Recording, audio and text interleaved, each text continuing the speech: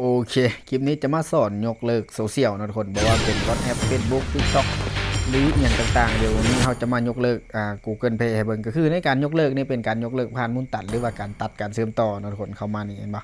ให้เราเลือกยกเลิกการเชื่อมต่อแล้วเขาจำใส่เลยว่าเขาอยากยกเลิกตัวใดสมมุติเขา Facebook กับ Facebook เนาะถ้าเขาเป็น Page Store เขากดเข้า Page Store ให้เขาเลือกตัวที่2เนาะทุกคนมันจะขึ้นมามี1กับ2เนาะ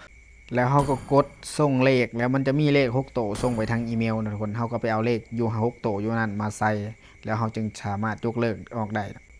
กรณีนี้แม่นเขาต้องมีอีเมลนะทุกคนอีเมลที่ว่าเชื่อมมุนตันนั่นแหละและก็ต้องเป็น ID ที่บ่ติดคู่ดาวเด้อทุกคนเด้อถ้ามันติดคู่ดาวก็บ่สามารถยกเลิกได้ต้องรอท่าบาง ID บ่ติดคู่ดาวก็ยกเลิกบ่ได้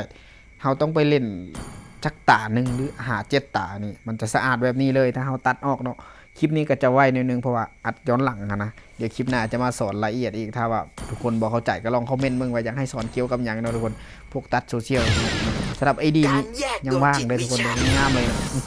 เพราะช่วงนี้ไอ้กันยังบอกอยากออกโตแห้งใน